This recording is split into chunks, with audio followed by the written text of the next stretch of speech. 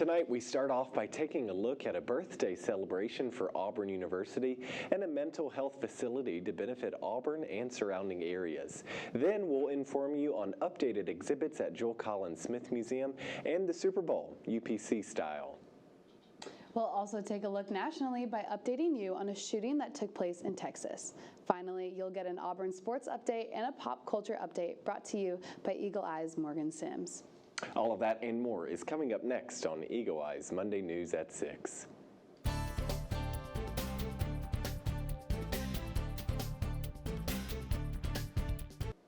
Good evening and welcome to Eagle Eye News at 6. I'm Joe Champagne. And I'm Paige Hunter.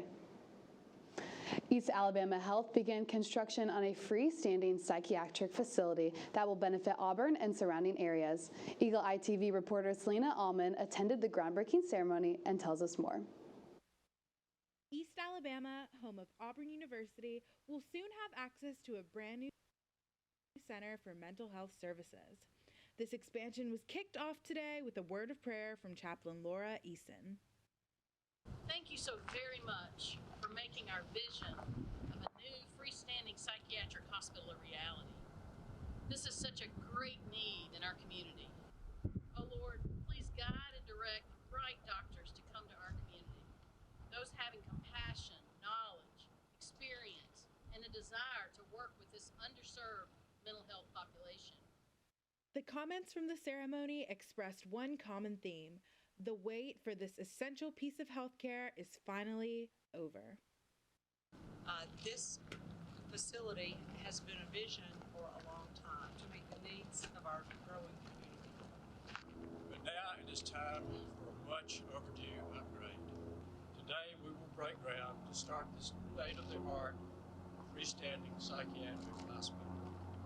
The expansion will house both the inpatient units and the East Alabama Psychiatric Services Outpatient Clinic. Since 1955, the number of state-funded psychiatric beds in Alabama has declined by 97%. Each year we deny about 500 admissions a year into our psychiatric hospital because we're full. So that's 500 patients that are having to go outside the community or somewhere else to be admitted or may not be admitted at all and get the care that they need. So just that number alone, because of how full we are, we see that. We also see that we hold patients in our emergency department longer than we would like to that have mental health needs. And then just the care that, as the community grows, well, the need for mental health is growing as well. And we see an incredible growth in our community, which is a blessing. But at the same time, there's more mental health needs. Inevitably, this growth also includes Auburn University students. In 2023, 73% of college students with a mental health condition had a crisis on college grounds in the United States alone. Throughout the ceremony, thank yous poured out from an ever-grateful East Alabama Health staff. This gratitude is directed towards all the hands that are making this project happen.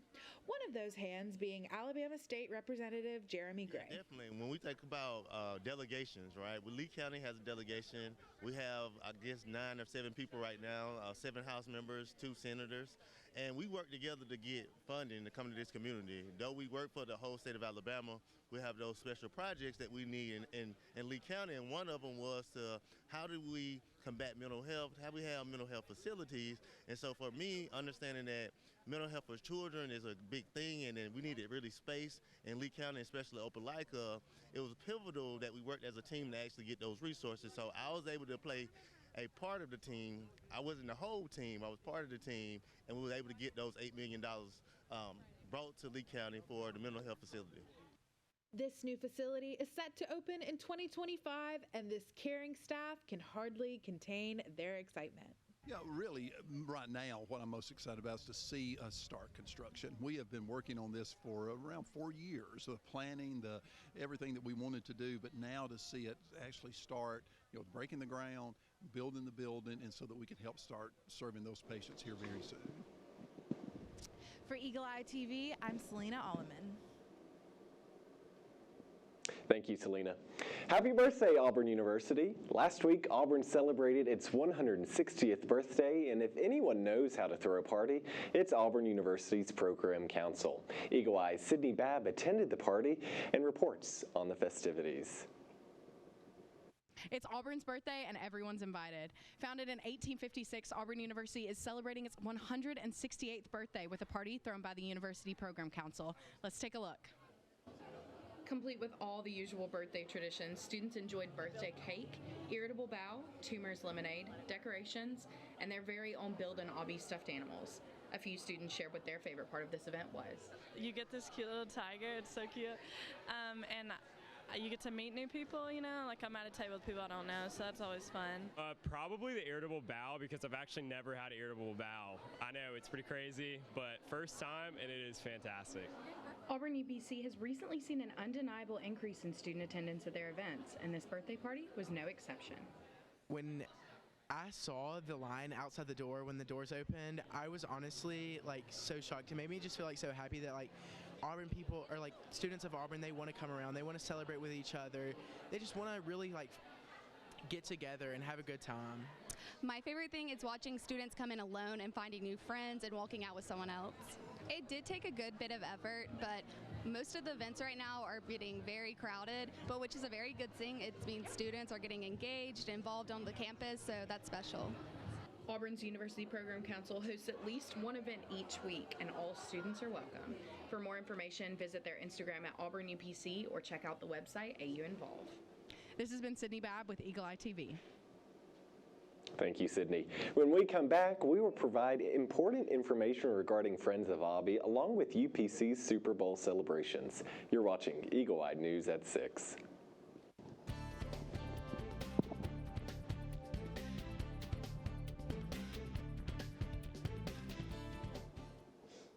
You know him, you love him, and now you can work with him. Obby, the beloved mascot, is searching for a new director, and the university is looking for students to fill the role. We spoke with Riley Ferguson, a current director of Obby, who shared that the position offers valuable experience and unforgettable moments while gaining professional and soft skills. Interested students can attend mandatory information sessions throughout February and apply through AU Involve. In addition to the director of Obby, Auburn University's Student Government Association is kicking off tryouts this week for Obby the Tiger with mandatory information sessions. Obby is a beloved mascot at Auburn, making it a highly competitive role to attain. Interested applicants must attend one of the hour-long sessions beginning tomorrow, Tuesday, February 13th. Dates and times for the info sessions can be found on AU Involve. The Joel Collins Museum of Fine Arts, located at Auburn University, has ever-changing exhibitions, including a new one this semester, heavily influenced by Southern art and culture. Eagle Eyes TV's Allison Foran tells us more. The Joel Collins Smith Museum of Fine Art on Auburn's campus debuted their new set of exhibits for the season at the beginning of this semester. Charlotte Hendricks tells us more about the message they hope to convey with the current pieces. Each of the exhibitions this semester are by artists who are from or influenced by the American South. I recently learned that more than 85% of Auburn students are from the southern region, and so it's a great way to learn about our shared history as well as open channels for dialogue. You find her right now? Charlotte hopes that students use the museum as more than a place to expand their artistic knowledge. The Jewel, as we affectionately call the museum, is a teaching museum. But our hope is that every student, as a part of their Auburn experience, would come and visit the Jewel. It's a place for students, and there's weekly activities that we have. Again, it's a place you can come and walk around the grounds. So really using it as a place of relaxation and reflection as well. For more information on the Jewel and upcoming events, visit jcsm.auburn.edu. The University Program Council hosted a thrilling Madden tournament on Friday in celebration of the Super Bowl. Madden is an American football sports video game which provided the center of a competitive night in the Auburn University game room. Grand prizes included signed Travis Kelce and Christian McCaffrey jerseys. Eagle Eye TV's Trinity Love was on the scene to tell us more. We're here at the Melton Student Center game room where UPC is hosting a Madden tournament, Super Bowl edition. The University Program Council hosted a Madden tournament to help Auburn students get into the Super Bowl spirit. This event was full of fun prizes and food and drinks to fuel the players. We spoke with one of UPC's directors to learn more about the preparation and goals for this event. So we've been preparing for months now. We've got it set up. We've talked with Tiger Catering. We've got jerseys ordered. We've just planned everything out with the game room. We've rented out the whole game room, which is something we haven't done before. We're super excited. It's something we've been planning for a long time, but also something new that we're trying. So we're really excited to see how it goes. The Melton Student Center Game Room is the premier spot for on-campus electronic entertainment. The game room has leveled up the Auburn student experience, giving organizations like the UPC an additional place to host events. One student shared how events like this impact the Auburn student lifestyle. This is the first event I've been to, but it's cool that they have the opportunity to win something like a Kelsey jersey, and when they got like food and drinks and stuff, like it's a cool opportunity. With Eagle ITV, I'm Trinity Love. Thank you, Trinity. Well, this season, students at Auburn University are reviving the tradition of camping outside Neville Arena ahead of highly anticipated basketball matchups, including last week's rival game against the Alabama Crimson Tide. This long-standing tradition, now in its third year, began in 2021 and has become known as Pearlville in honor of Coach Bruce Pearl. Despite the chilly weather and a recent loss, students are enthusiastic about showing support for the Tigers. With players joining in the festivities, this dedication from fans is not lost on the players, who are appreciative and the support and strive to reciprocate the love. What are you doing out here tonight? What made you come out here tonight? Hey, we're camping out for the game.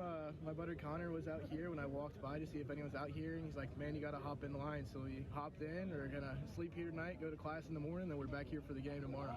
What's your score prediction for tomorrow? I got us winning 87-68 tomorrow. Big win. Yeah, they can't handle us at home. Who's your MVP? MVP, Denver Jones. He's going to have a good night, man. He's going to hit a lot of shots that we might have missed in Coleman, and we're going to get after him.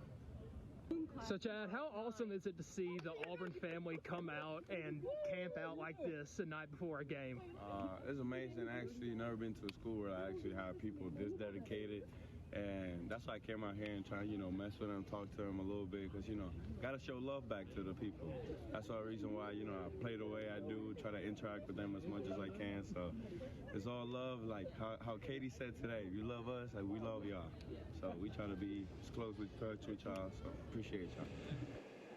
The Auburn men's basketball team will take on South Carolina this week, Wednesday, February 14th at Neville Arena. When we come back, we'll update you nationally on a Texas shooting, followed by an Auburn sports update and pop culture update. You're watching Eagle Eye TV, Auburn's news leader.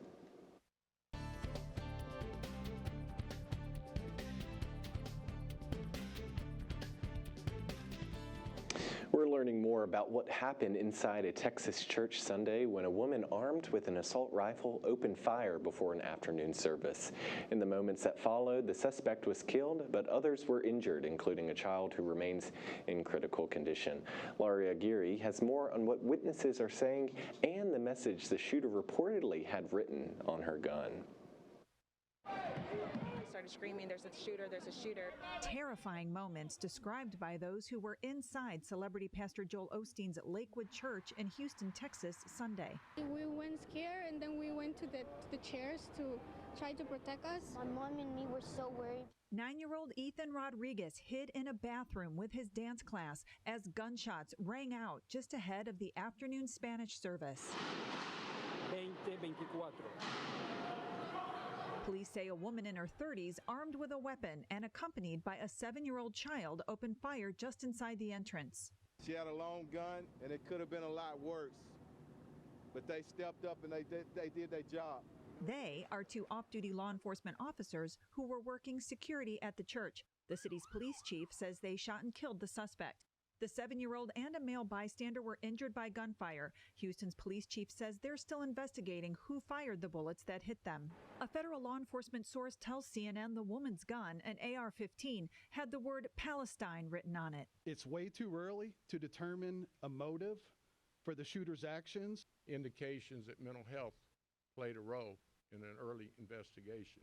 Pastor Joel Osteen told reporters the outcome could have been much more tragic had the church not been between services. And for now, his focus is on moving his congregation forward. We're going to keep going strong and just, doing what God's called us to do, lift people up and give hope to the world. I'm Laura Aguirre reporting.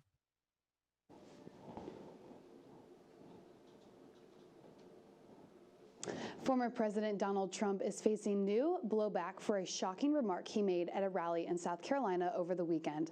Trump said he would encourage Russia to do whatever they want to any NATO member country that didn't meet the alliance's funding guidelines.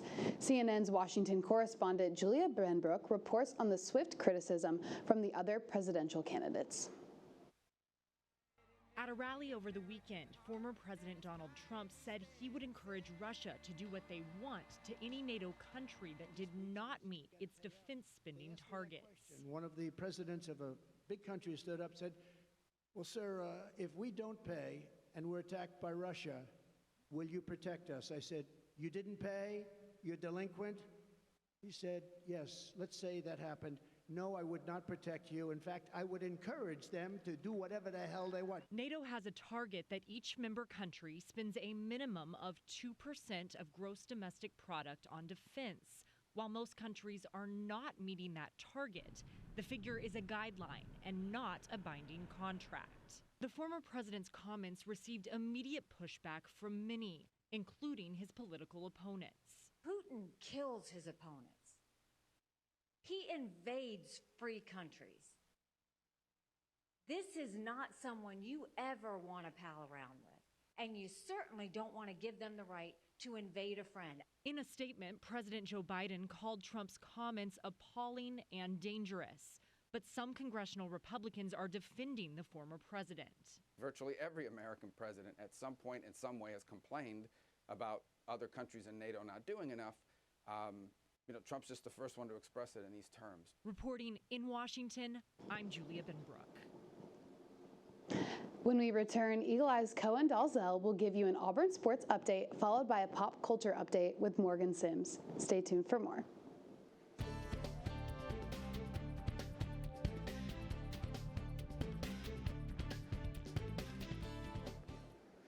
Welcome back to Eagle Eye News at 6. I'm Cohen Dalzell, here to give you your weekly dose of all the happenings in sports last week on the Plains.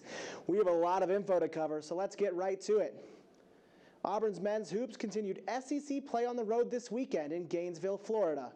Coming off a huge win against Alabama in Neville Arena on Wednesday, the Tigers look to keep themselves tied at the top of the SEC as they face the Florida Gators. Unfortunately, a lackluster start in the Gator offense firing on all cylinders pulled the Tigers back to earth, and Auburn fell 81-65. Auburn looked all out of sorts against the Gators, trailing by 16 at the break and as many as 29 early in the second half. Janai Broom led the Tigers with 14 points, with K.D. Johnson right behind him at 12. A late surge was way too little, way too late, and the Tigers continue to search for that ever-elusive win in Gainesville, a place where they haven't won in men's basketball since 1996. The Tigers are back in Neville Arena twice this week as they play host to number 11th ranked South Carolina on Wednesday at 7:30 p.m. This will be streamed live on SEC Network. ESPN College Game Day is also heading to the Plains for Auburn's showdown with number 22 Kentucky, Saturday at 5 p.m. Now for some more hoops coverage, Auburn women's basketball also hit the road this weekend for some SEC action, traveling to the Show Me State to take on Missouri. After a strong first half, the Tigers in orange and navy held off Mizzou for the road win, 70-59.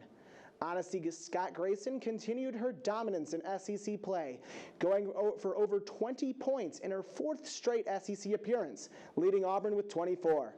Jemiah Mingo Young recorded her second double-double of the season, scoring 10 points of her own and leading the Auburn Tigers with 11 boards. Auburn improved to 13-0 when shooting 40% from the field, shooting 42.6 in Sunday in the victory. Auburn comes back home for a game against Kentucky this Thursday night at 6 p.m. It's the annual Play for K Pink game, and fans are encouraged to wear pink to Neville Arena this Thursday. The game will be streamed live on SEC Network. Vaulting over to gymnastics now, 14th ranked Auburn hosted 7th ranked Alabama on Friday night in Neville Arena, and they rolled them all the way back to Tuscaloosa. The Tigers dominated all night, routing the Tide 197.725 to 197.050. Cassie Stevens earned all-around honors for the third consecutive time as she earned a career-high 9.975 on beam and a 39.7 overall. The Tigers matched a program record on vault at 49.5 and had season highs on beam and the floor as well. Their season best overall score was more than enough to dispatch Alabama, earning their largest victory against the Crimson Tide in program history. Auburn hits the road this upcoming Friday to take on number 3 LSU in Baton Rouge. The match will be streamed live on SEC Network at 8 p.m. In national news, the Kansas City Chiefs won the 58th Super Bowl last night. Patrick Mahomes took home the Super Bowl MVP trophy for his performance with 333 yards with 2 touchdowns. Former Auburn player Prince Tega Wanago wins his second with the Chiefs despite being on the injured reserve. That's all I've got for athletics on the Plains tonight. Tune in tomorrow at 7 for Sports Night in Auburn right here on Eagle Eye TV for some more sports coverage. I'm Cohen Dalzell for Eagle Eye Sports, and you are watching Eagle Eye News at 6. We'll be right back.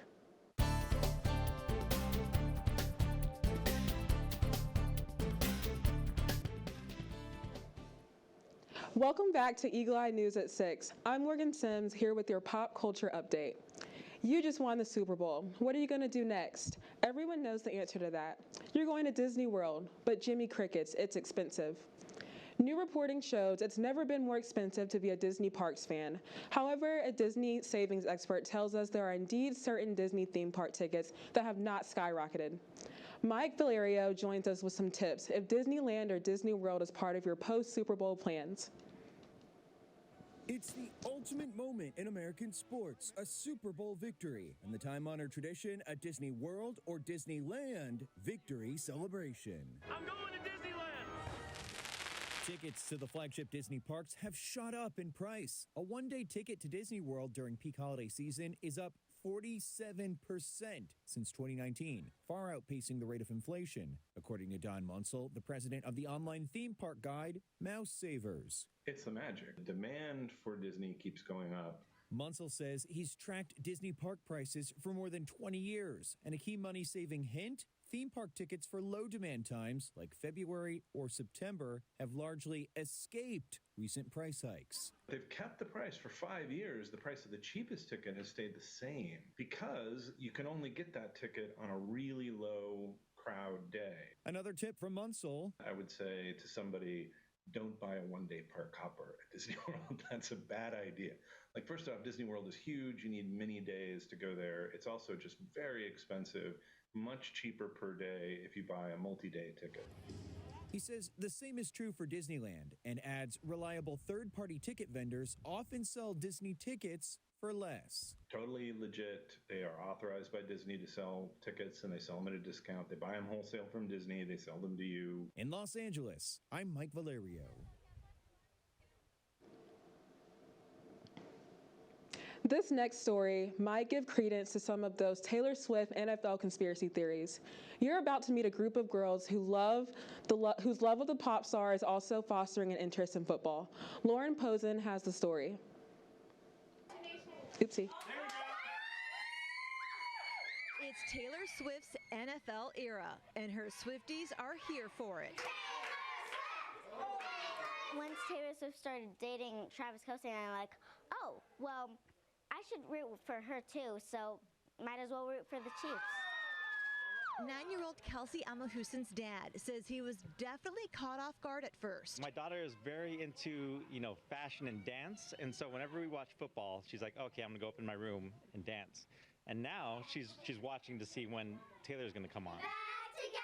With everyone Team Taylor, Amalhussen and her friends got decked out in their best Taylor-inspired outfits for her first annual Taylor Swift Super Bowl themed watch party. Travis Kelce's number is 87, and Taylor Swift's lucky number is 13, so 87 plus 13 equals 100, so 100% love. The group of 3rd and 4th graders admit football never really interested them. At a Super Bowl party, I would usually just play with my friends, but now I watch football. Well, I thought football was boring because touchdowns, fumbles, and now I'm like, oh, go Chiefs. Call it the Taylor effect. The pop superstar is helping fill a blank space between young girls and their dads when it comes to football. It's really fun because I can bond with my parents, and I understand what's going on now. Swiftie dads are learning too. She's telling me all the stuff she knows about football and about Taylor and Travis, and she's all excited to explain it to me, and some of the stuff I don't even know. I know when she's older she's going to remember this and be so appreciative and happy. And for the girls, oh yeah, touchdown, yay! I'm always like, so boring, but now I'm like, wow, go Chiefs! A married couple from Las Vegas celebrated the Super Bowl this past weekend in a romantic way by renewing their vows. Kevin and Nicole Crockram also happen to be diehard 49ers fans, so they made sure their wedding showcased their love for the team. Zach Fuentes has more. Here comes the bride, marching straight to the groom to the new 49ers anthem, Do It for the Bay.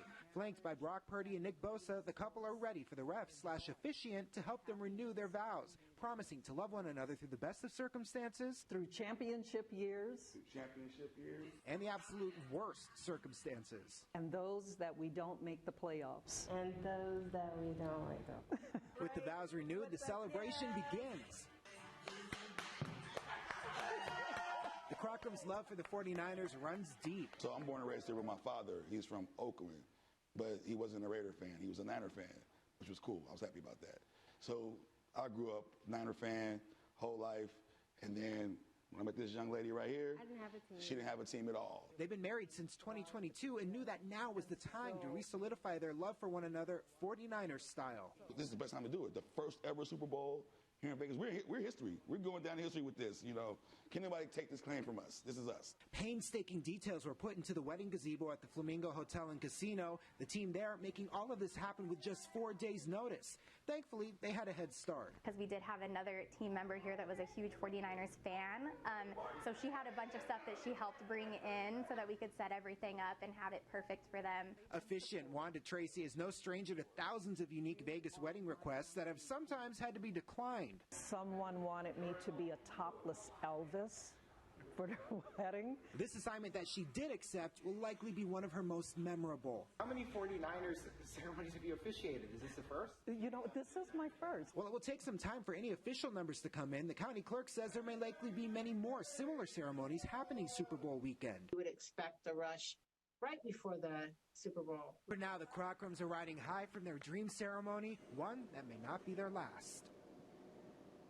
Thank you, Morgan. Well, we are out of time, but for more Auburn news, head over to our website, eagleeyeauburn.com, and check out our social media pages. I'm Joe Champagne. And I'm Paige Hunter. Thank you for watching, and War Eagle.